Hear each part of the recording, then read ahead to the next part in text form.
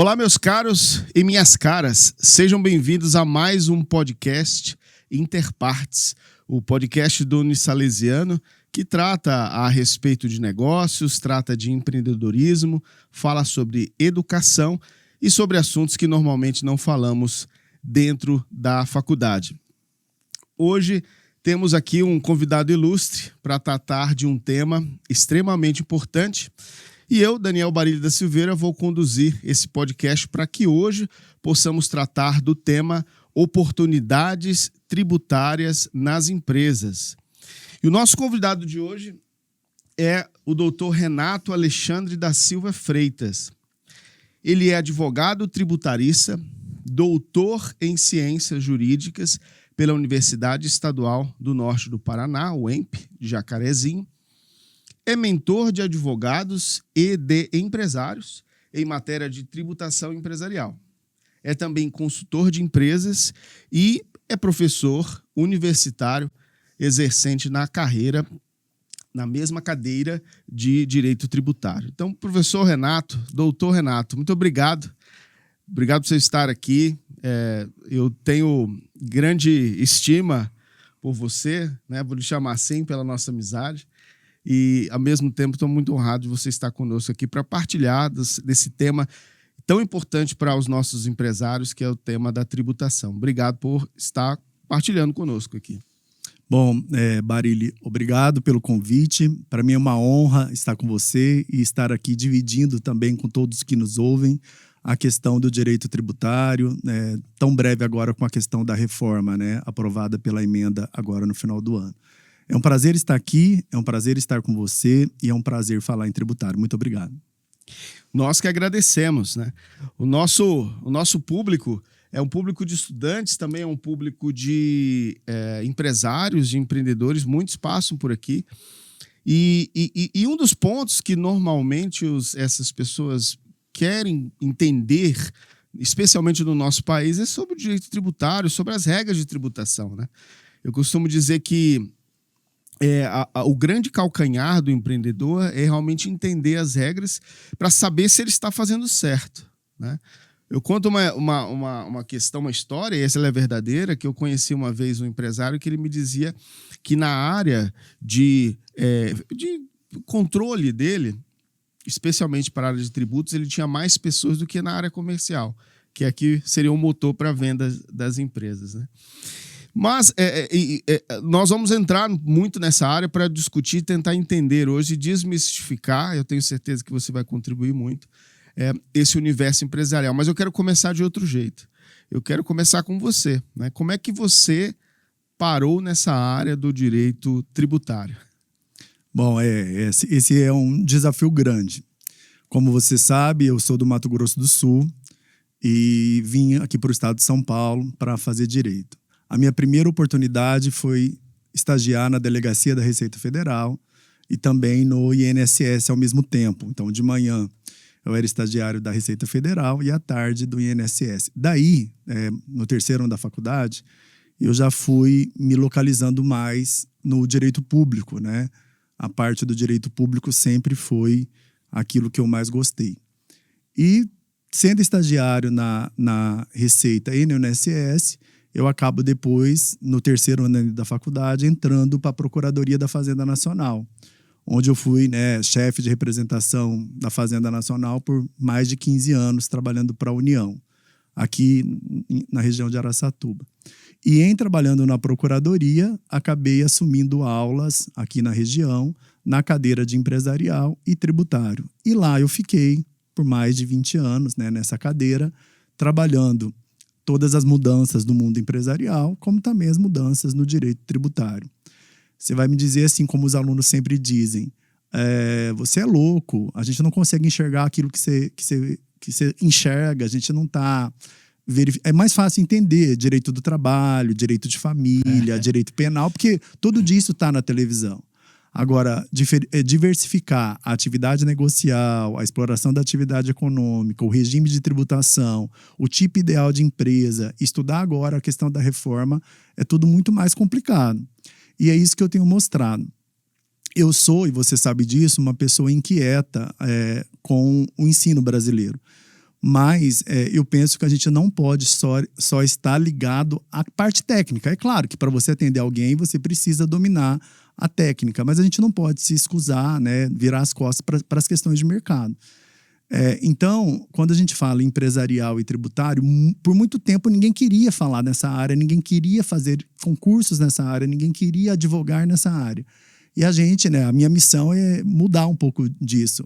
Além de fazer diferença na vida das pessoas, eu acordo todo dia pensando em como melhorar nessa questão empresarial e nessa questão tributária, como eu posso contribuir para que a pessoa entenda essas questões, né, de direito empresarial e tributário, que não é fácil como as outras áreas. Sim. Eu sempre brinco, né, e você sabe disso. Na TV a gente verifica nos jornais a questão do caso de família, a questão do direito do presídio, da pena. Penal, mas, né? O empresarial e o tributário você não encontra em qualquer lugar e você também não encontra de uma maneira mais facilitada. Então, o nosso papel, né, na qualidade de gostar de direito público e gostar dessa área negocial é desmistificar um pouco essa questão do direito empresarial e também do direito tributário, que é minha paixão aí há algum tempo.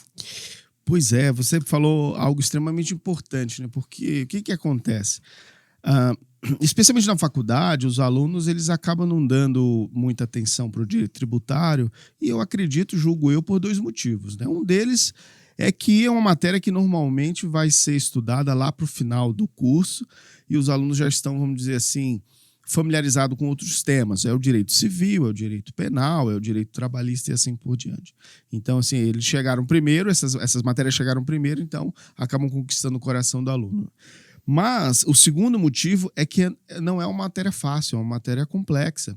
E é uma matéria que é complexa, não porque o direito em si é complexo, mas especialmente porque ela é uma fonte de muitos interesses, né? O direito tributário é a fonte de arrecadação do país. E muitas das vezes está suscetível a interesses de governo, a interesses de setores, e a legislação muda muito. Mas eu penso que o empresário vai acabar lidando, o mesmo aluno também vai acabar lidando com o direito tributário na prática. Assim. Quando ele senta numa empresa que, de repente, ele vai trabalhar como um advogado contratado, ou, de repente, quando ele tem que lidar com os próprios tributos, quando ele vai montar o seu escritório de advocacia, né? Então, assim, como que a gente poderia, vamos ver se a gente consegue trabalhar mais ou menos nesse sentido, tá?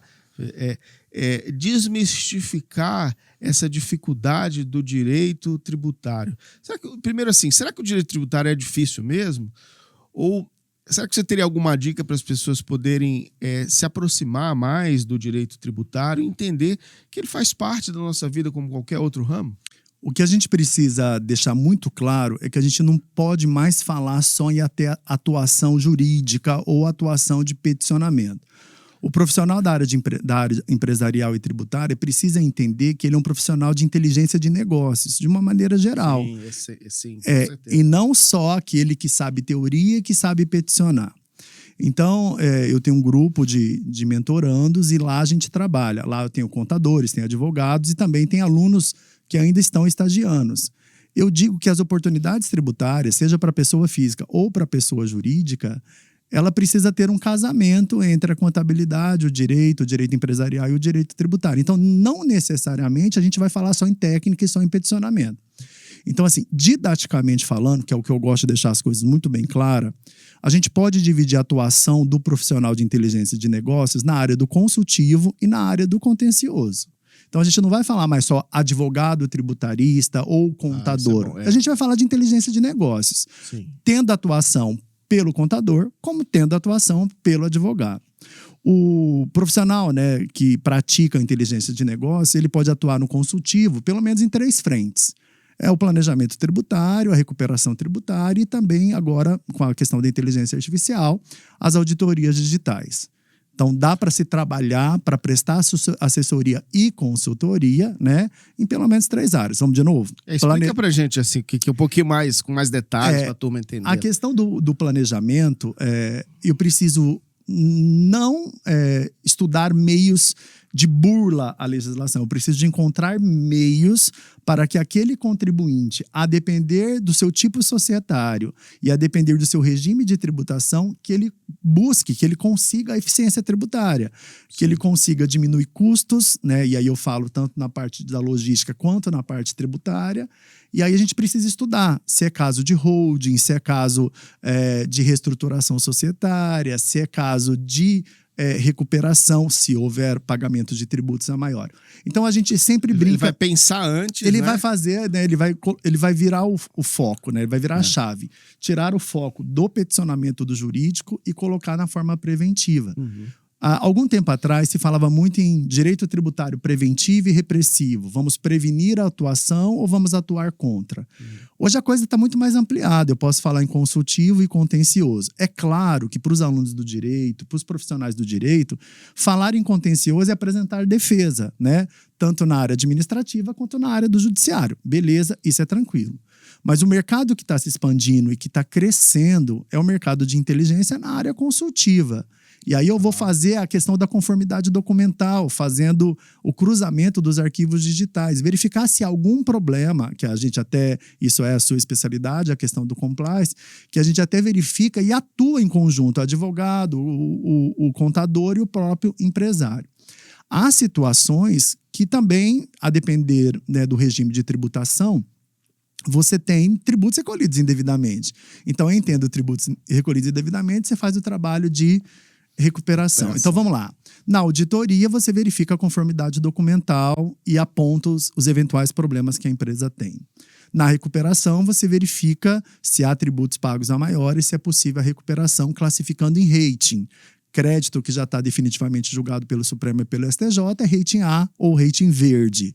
E aí você faz aqueles que estão ainda em discussão na esfera administrativa, que é o rating vermelho, e aqueles que está com muita discussão, a gente coloca impossível de recuperar ou com dificuldade de recuperação. O nível de risco. O nível de risco, né? Então a gente pode, na consultoria, trabalhar o planejamento tributário, né? Vamos pensar antes de agir. Eu posso trabalhar na recuperação, em especial se houver tributos recolhidos a maior. E eu posso também falar, agora a gente está falando de inteligência artificial, de arquivos digitais, de tributação e economia 4.0, então eu tenho que saber manusear essa questão dos arquivos digitais. Muito se fala no meio tributário sobre EFD, sobre SPED, sobre um monte de sigla que é muito comum na área da contabilidade. Mas o operador, né, o profissional de inteligência do negócio, ele precisa, para atender, para fechar contratos, para captar, para executar, ele fazer esse intercâmbio entre empresarial, a área contábil e a área tributária. Agora, aproveitando o seu gancho, se é que eu posso já aproveitar a oportunidade, claro. Quando o assunto é oportunidades tributárias... Vamos segurar. Segura. Vai lá. Eu só queria fazer um comentário, né, até para a gente poder alinhar, e eu queria abrir esse tema mais especificamente. Mas pensando do ponto de vista do empresário, o empresário ele não quer entrar numa lead, ele não quer entrar numa disputa, né? Estou simplificando a linguagem. Entrando numa disputa depois que os seus tributos foram recolhidos, porque ele sabe que isso vem como uma bola de neve, né? E o risco dele vai aumentando cada vez mais. Então, me chamou muita atenção o que você trouxe como uma forma de entender a área tributária, de atuar na área tributária e de apoiar as empresas, é de realizar esse planejamento tributário antes. Então, é pegar um empreendedor, né, dizer, olha, que negócio você vai montar? Vai ter transporte? Vai ter venda? Vai ter importação? Vai ter exportação? E a partir do negócio dele, estruturar um modelo tributário que seja mais sustentável, para que lá na frente ele não venha a ter, ou se tiver, que tenha de maneira diminuída, os problemas e os enfrentamentos tributários, né? Você acredita que essa é a grande filão hoje de pensar antes? As pessoas estão procurando para isso ou normalmente vêm na área tributária já com um problema instalado? Então, é assim, na área tributária empresarial, você não pode ser mais um custo para o empresário. Se ele Claro. enxergar em você que você é custo, ele não te contrata, ele nem quer saber da reestruturação societária e muito menos da área tributária. Então, geralmente, eu converso com os meus clientes e também com os meus alunos no sentido de fazer, antes de qualquer coisa, o diagnóstico. E a gente tem no mercado gente que vende ilusão e gente que vende teses. Agora, talvez aquilo não seja a dor do empresário. Então, o que eu costumo trabalhar com os alunos? No mundo empresarial e no mundo tributário, se você oferece um remédio para a dor, você consegue trabalhar com aquele empresário por anos. Então, qual que é o caminho correto? Vamos identificar a dor, vamos identificar os gargalos e fazer uma proposta mais assertiva. Não adianta eu propor que há 10 teses que vão ser julgadas no Supremo agora nesse primeiro semestre e mais 5 que vão ser julgadas no STJ, se aquele não é o problema do empresário. E a gente tem aí uma série de outros fatores. Então, a gente brinca, né? E eu falo isso para os meus alunos. O aluno que ainda não formou, o que já está formado na contabilidade, o que está formado no direito, se ele faz um diagnóstico antes da primeira reunião efetiva de captação, de fechar o contrato, ele já chega para a reunião com a propriedade e autoridade que ele precisa ter do negócio do cara. Uhum. A gente não tem mais tempo, o empresário não tem mais tempo para ficar fazendo 4, 5, 6 reuniões com você. Ele quer que você, ele já diz, eu posso deixar esse problema e você resolve? Bom, resolver, eu não sei se é a melhor expressão, mas talvez tratar de um problema de uma maneira mais adequada para o cenário dele, eu acho que é o caminho. Em muitos dos casos a gente tem êxito, em muitos dos casos a gente consegue resolver, mas a depender do diagnóstico, há situações tratáveis com cura e há situações tratáveis ao longo do tempo. A gente precisa fazer o diagnóstico. E eu sempre brinco que a gente tem vários cenários, né? Dando aula para esse pessoal, eles falam, professor, eu não consigo enxergar quem é ME, quem é EPP, quem é MEI, quem é limitada, quem é anônima. Eu sei onde está a legislação, eu sei as limitações legais de cada uma das empresas, mas eu não sei cruzar isso com as oportunidades. E aí eu digo, bom, peraí, vamos entender. Você está estudando isso, você está na base. O dia que você chegar no tributário, você tem que entender a Constituição Societária, você tem que entender o regime que aquela empresa se submete. Então, assim, de forma organizada, faça uma procuração eletrônica, estude, né, a vida daquele negócio, verifica a atividade econômica, faz a verificação documental para saber se o CNAE está certo, se a atividade está averbada adequadamente, verifica se a personalidade jurídica está realmente formalizada ou se trata de sociedade não personificada, verifica a forma de tributação, a forma de constituição societária e descobre qual é a dor, qual é o gargalo. De posse disso, faça a reunião com o cliente, já oferecendo a solução jurídica. A coisa é assertiva. Talvez naquele primeiro momento o problema é pequeno, mas por você oferecer aquele remédio que ele precisava para aquele problema, você fideliza aquele atendimento. E pensando nisso, eu já vou te adiantar. Nós temos aí MEI até 81 mil, depois ME até 360, depois nós temos as EPPs. Hoje, né, falando em regime de tributação, a grande parte das empresas são empresas do Simples Nacional. Há um movimento nos bastidores que, com a reforma tributária, talvez essa questão de Simples Nacional seja repaginada.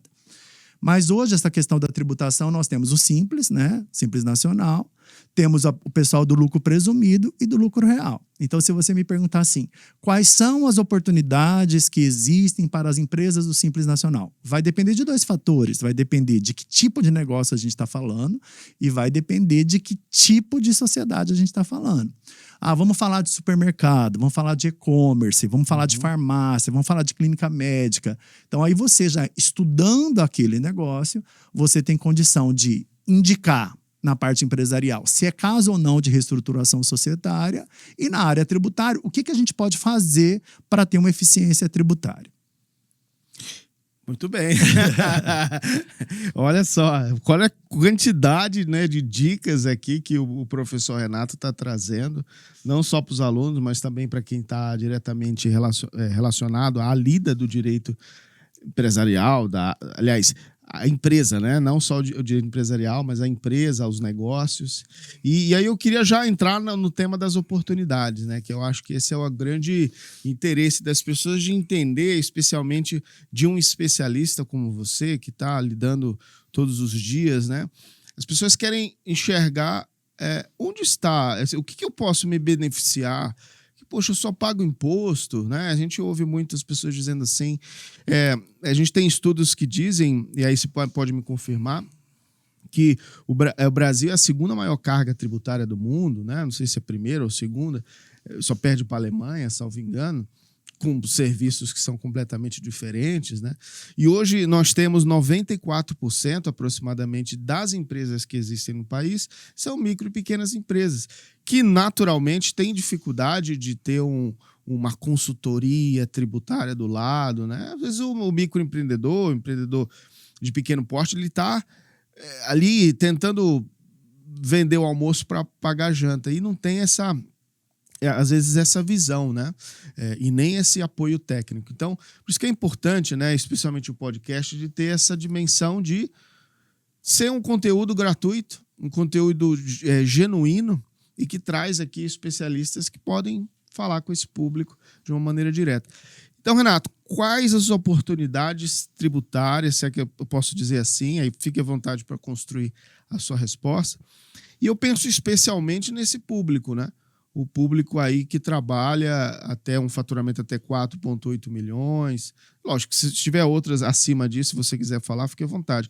Mas eu acredito que esse é a grande massa que está ouvindo e que está querendo saber como é que eu posso obter algum benefício.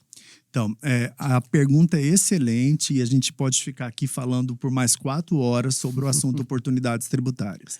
Esse é o podcast 2, né? O que eu vou te adiantar é que as oportunidades empresariais, elas levam em conta o regime de tributação. Então, nós temos as oportunidades para a galera do Simples Nacional, temos a oportunidade para o pessoal do lucro presumido e temos as oportunidades para a galera do lucro real. Esse é um ponto. O outro ponto que a gente discute bastante é a maior frequência das empresas brasileiras. Você já disse aqui que a maior quantidade de empresas são pequenas, né? São EPPs, até mesmo ME. E a gente já sabe que a maioria delas, pequenas, também ficam limitadas à questão do faturamento. Mas a nossa rotina, né, do operador do direito, elas têm nos mostrado algumas peripécias. Empresas que existem querendo ser pequena e que constrói 5, 6, 7, 8 CNPJs para que possa dividir a questão do faturamento. Isso é comum, né? Então, o que a gente geralmente... O cara fala assim, eu vou sair do Simples, aí monta o nome do irmão, e aí você vai parente. tirando nota daqui, vai tirando da conta dali, vai fazendo aquele encaixe para sempre ficar no Simples e para sempre ser encarado como pequena, pensando que isso é a melhor solução. Então, num primeiro momento, a grande primeira oportunidade que a gente sempre oferece é fazer comparativo dos cenários. Vamos estudar a sua realidade econômica, vamos estudar a sua atividade e vamos fazer o comparativo. Simples Nacional, lucro presumido e, se for uma arrecadação muito grande, a gente faz o comparativo do lucro real. Aí a gente vai verificar para ele. No seu caso, não compensa ficar no Simples Nacional, vamos te migrar para o lucro presumido e fazer uma alteração no seu KNAI. No caso do lucro presumido, não compensa ficar no lucro presumido por conta dessa informação, talvez o melhor regime tributário para você seria o lucro real. Mas, professor Barilli, a questão agora é muito além disso. Isso eu fazia até no dia 23 de dezembro de 2023. Fazer esse quadro comparativo de simples, lucro presumido e lucro real. Só que com o advento da emenda constitucional 132, nós tivemos a questão da reforma tributária. Então, será mesmo que esse empresário do Simples, que tem 5, 6 CNPJs para não estourar a questão do faturamento, ele está preparado para as novidades da reforma? Nós vamos ficar por 10 anos, leia-se até 2033, com 2 regimes. O velho e agora o novo. Meu pai. Então, a gente vai ter que, necessariamente, os empresários, de uma maneira geral, vai ter que reestudar o seu negócio. Por quê? Porque a gente vai ter agora um período pequeno de transição. Você sabe que foi inserida a questão do IVA dual, né? É um modelo europeu que se colocou no Brasil, mas aqui a gente não quis só o IVA, a gente quis o IVA dual. O que é isso? Alguns tributos deixam de existir e são criados outros 2 novos. IBS, Imposto sobre Bens e Serviços, e CBS, Contribuição, né, sobre Bens e Serviços. Aí, a primeira grande pergunta que todo empresariado faz é: isso vai mudar o que no meu bolso? quanto eu vou pagar menos? A gente ainda não sabe essa resposta, porque entre hoje e até o final desse mês, né, por esses próximos dias, nós vamos ter a questão de pelo menos 70 novas leis complementares que estabelecerão as normas gerais do novo sistema. 70 leis. Ao que tudo indica, nada vai mudar no aspecto de dinheiro do contribuinte. Ele não vai ter economia nenhuma. Mas eu não posso garantir, porque a gente está esperando as novas modalidades de alíquota para a gente fazer o comparativo. O fato é que, por exemplo, em 2025, eu estou falando coisa daqui já, nós vamos ter o começo do modelo novo e a morte do velho. E em 2026, o modelo novo valendo. Então, nós estamos num calendário em que o ano está passando doidamente. A disciplina da reforma é feita nesse semestre, leia-se, né, 70 novas leis para você estudar todas as normas gerais, sujeito passivo, sujeito ativo, base de cálculo, fato gerador e alíquotas, no mínimo. E aí você vai ter que, o empresário e nós, os operadores do direito, nós vamos ter que conviver, né? A gente está discutindo a questão da reforma há 40 anos, no mínimo. E agora a gente está vivendo o que é uma reforma. E talvez não seja a reforma que a gente queria. E nesse formato, o empresário ele tem que estar preparado para cumprir as obrigações acessórias, leia-se, adequar a conformidade documental para o regime velho e também já começar a se preocupar com o regime novo. Bom, nesse momento de transição, eu vou ter que ficar preocupado com o quê? Eu vou ter que verificar se a atividade econômica, se o tipo societário, se o regime de tributação vai ser compatível com o novo modelo. Então, eu vou ter que cuidar da vida do empresariado de uma maneira geral, do modelo velho, porque ele tem a obrigação, pelo menos em 5 anos. O pé em duas canoas, né? O pé em duas canoas. Então, o que a gente costuma falar para o empresariado é assim, eu vou fazer o diagnóstico, vou verificar o seu regime de tributação e a gente faz o oferecimento das propostas, que pode ser o trabalho no consultivo, leia-se na parte administrativa, como pode ser o trabalho na judicialização, né, no contencioso. O tema que ficou muito famoso, né, é o tal de tema 69, que é a exclusão do ICMS da base de cálculo do PIS e da COFINS. Ele foi julgado de forma favorável para o contribuinte e ele acabou de ser julgado, surgiram 9 teses filhotes derivadas desse tema. E todas essas teses filhotes vão ser julgadas esse ano, ora pelo STJ, ora pelo Supremo. Agora, no primeiro semestre, nós temos 10 temas filhotes, a maioria derivado do tema 69, no âmbito do Supremo, que vão ser julgadas, 2 já foram, e temos 5 no âmbito do STJ. Então, olha o cenário para você entender.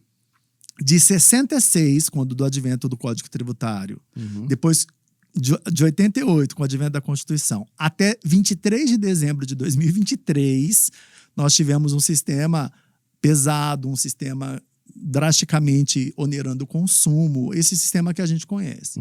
E aí veio a emenda 132. E a emenda 132 lançou e foi aprovada um novo sistema tributário, conhecido como reforma tributária. Então, nós temos, legislativamente falando, 70 novas leis que vão vir agora. Em paralelo, temos temas importantíssimos na vida da empresa que estão sendo julgados pelos tribunais superiores e a empresa não para. Eu brinco com os alunos e com os empresários, é a mesma coisa que trocar o pneu com o carro andando. Você tem que cuidar do operacional, você tem que cuidar da venda, você tem que cuidar da logística, você tem que cuidar do comercial e você tem que verificar se há teses a serem judicializadas, se há casos de recuperação na esfera administrativa.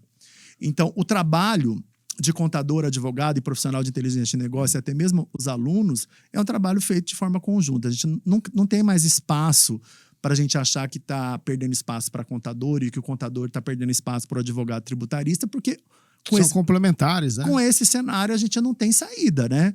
A gente vai ter que cuidar das operações dos últimos 5, pensar, não posso desprezar o hoje, porque ele precisa ficar em pé, e pensar na transição para a nova reforma. Então vai ter que ser 3 pessoas, uma que cuida do passado, uma que cuida do presente, uma que cuida do futuro. Pode ser a mesma pessoa. Por isso que a gente não pode mais falar em contador ou advogado. Nós precisamos falar do profissional de inteligência de negócio.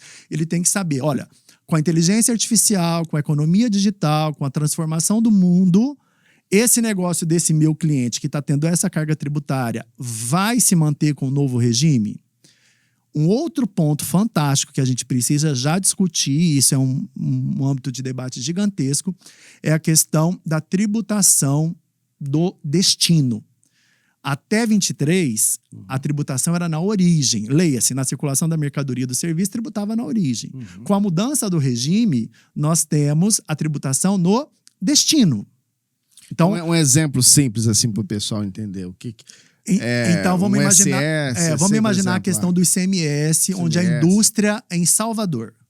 Então a indústria no Salvador, ela teria que recolher na origem. Ela libera a mercadoria. Agora está trazendo a mercadoria para São Paulo. A tributação vai ser no destino, não vai ser na origem. Agora, qual que é o desdobramento disso para a pessoa entender? O desdobramento é você planejar, refletir, se compensa você ter empresas espalhadas em vários lugares do Brasil, ou se você concentra a sua atividade econômica, já que mudou o foco. Antes eu tributava a mercadoria e o serviço na origem, agora eu vou tributar no destino. E muitas das vezes pensar se para o Estado, para onde esse indivíduo está mandando serviços ou bens, se compensa manter. Se é válido, ou se de repente não compensa até se estruturar por ali. E é justamente isso que a gente tem conversado com o empresariado, né? Sim. Tem muitos aí que eu tenho conversado e muitos profissionais que têm dito assim, eu não estou com paciência para estudar a questão da reforma. E a questão não é paciência, a questão é sobrevivência. Ou você estuda e se adequa, ou você está fora do mercado. Então a gente tem que pensar na entrega das obrigações acessórias até a transição total, que durará 10 anos. Né?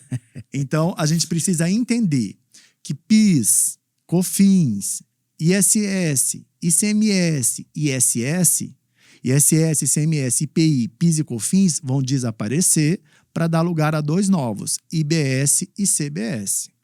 Como que vai ser as alíquotas? Ainda não sabemos. Como vai ser o regime de tributação? Ainda não sabemos. Como vai ser operacionalizado isso numa guia só? Não sabemos.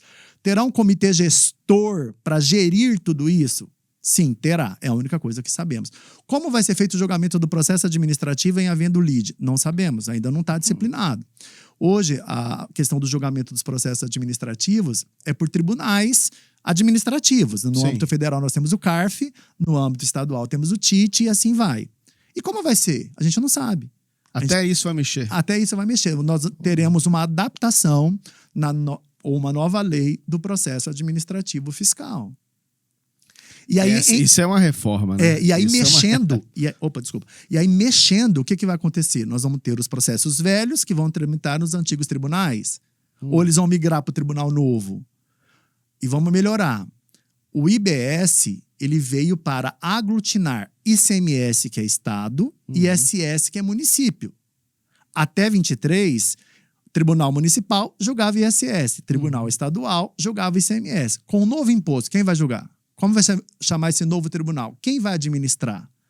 Como vai ser as defesas? Então, o leque para trabalhar nessa área, do lado de cá, do lado dos alunos, do lado dos advogados e contadores, é pensando no histórico do sistema tributário, verificando a manutenção, lê-se, conformidade documental no período de transição e planejando o futuro. Esse é o momento. Então, eu sempre falo, é muito difícil para quem esteja totalmente atualizado. Vai ser mais difícil ainda para quem não estiver atualizado. Sem dúvida. Agora nós chegamos àquele momento que parte de nós passamos em 88. Em 88, quem não sabia nada de sistema constitucional aprendeu e chegou junto com aqueles que já estudavam o sistema anterior.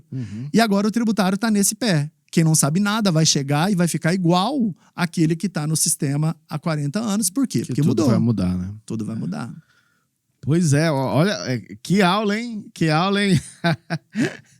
muitas oportunidades tributárias, tanto para as pessoas que lidam com isso, advogados, às vezes estudantes que estão se formando e que podem buscar essa área, vai ter um mercado gigantesco disso, né? E também para os empreendedores, os empresários, que a partir do momento que essas mudanças começarem a se operar, eles vão ter que ter um olhar mais atento. Se já tem hoje, vai ter que ter um olhar mais atento para acompanhar essas mudanças e, como você disse, ter uma inteligência tributária, um planejamento, uma concepção, uma organização das suas atividades com base na tributação de uma forma melhor, né? O que eu preciso acrescentar, Barilli, é que pensou-se nessa reforma na tributação sobre o consumo. Uhum. Ainda está se pensando na tributação sobre a renda e na tributação sobre o patrimônio. Você, como eu, que trabalha no empresarial, a gente tem visto por aí uma galera, né, inúmeros profissionais apostando que a holding é a solução para tudo. Uhum. E aí o cara cobra aí honorário gigantesco dizendo, faça a holding, faça a holding. É o momento de se fazer? É o momento. Nós estamos com a tributação a 4% e ela vai para 8%. Sim. Então vai ter uma dobra da carga tributária.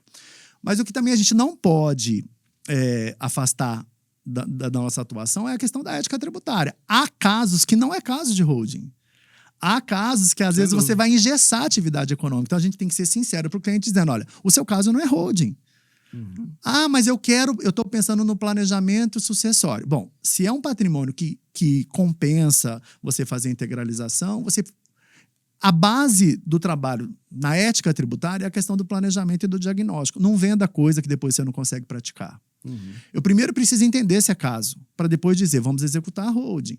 E a gente sabe que, falando friamente, de 4 para 8 vai dobrar a carga tributária. Sim. Mas o patrimônio comporta, é melhor fazer a doação com usufruto? Não é melhor fazer a doação com usufruto? Qual a quantidade de bens? O que já está regulamentado, né? Os bens todos estão no seu nome ou não estão no seu nome?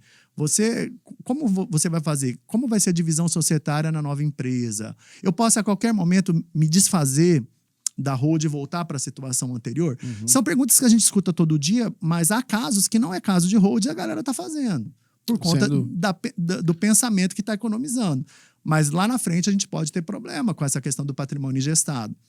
Muito se fala em blindagem patrimonial. A pergunta é, será que blinda mesmo? Quais são as cláusulas que eu vou colocar para que realmente aconteça uma proteção? Porque o segredo de um planejamento sucessório, de um planejamento patrimonial, as cláusulas que você insere. Sim. Só que a gente não pode só pensar em cláusula no mundo empresarial ou no mundo civil. A gente também tem que pensar na esfera tributária. Uhum. Vamos lá. A pessoa física paga quanto hoje? Hoje é 27,5% sobre a renda. A pessoa jurídica, vamos imaginar que pague 15%. Mas e o produtor rural que paga 8%? Então, se ele é produtor rural, será que compensa fazer a holding? Será que compensa parte ser tributada como pessoa física e parte não ser?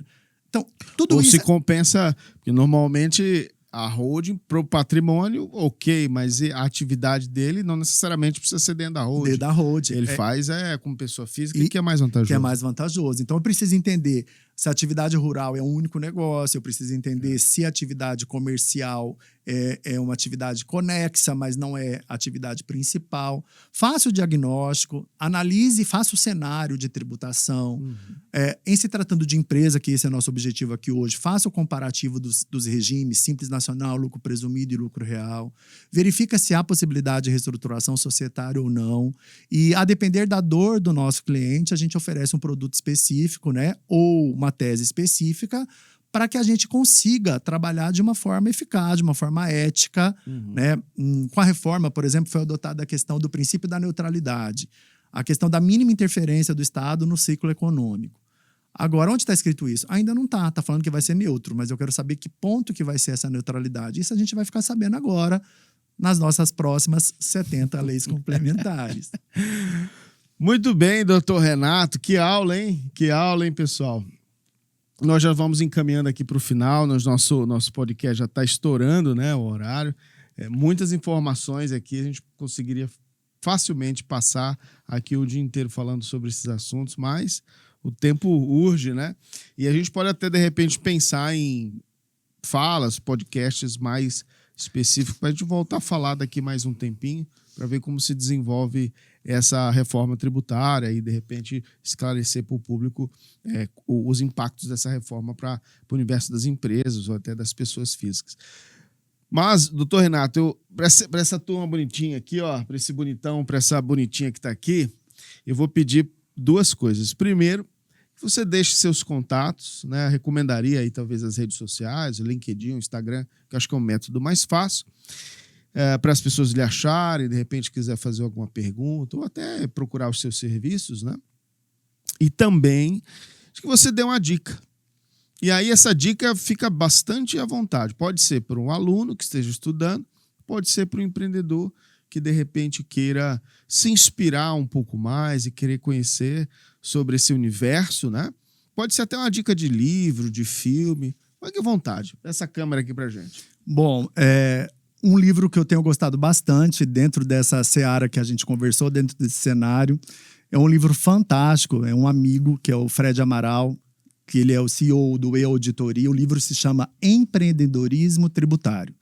Então, para o pessoal que vai começar na inteligência de negócios, precisam conhecer esse mundo da consultoria e o mundo do contencioso, né? Como alavancar os negócios, pensando no passado e também pensando aí nas questões da reforma. Então, esse livro, Empreendedorismo Tributário, do Fred Amaral, é, para mim, um livro do momento, porque a gente está acostumado a indicar livros teóricos. Só que a gente não pode virar as costas para o mercado, e ele é um livro mercadológico, ele abre os olhos para os profissionais e também para os empresários.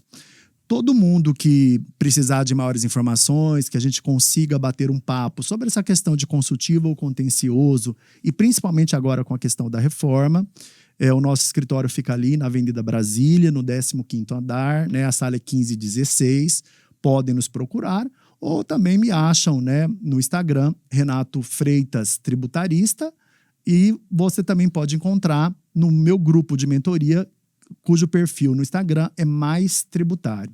E eu convido vocês para fazer parte aí da nossa equipe, né, de mentorados, onde a gente oferece as oportunidades tributárias para a pessoa física e as oportunidades tributárias para os empresários, para as pessoas jurídicas, levando em consideração o mundo aí do regime tributário e do regime de tributação.